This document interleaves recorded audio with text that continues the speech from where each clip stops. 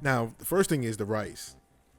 So here's the actual rice that I'm using. That's 1 cup. I'm going to go ahead and put that to the side, obviously, because I want to get put the water first and let that boil.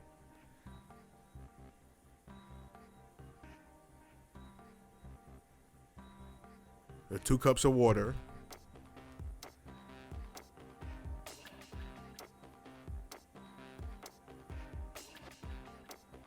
All right, come on with the other one already.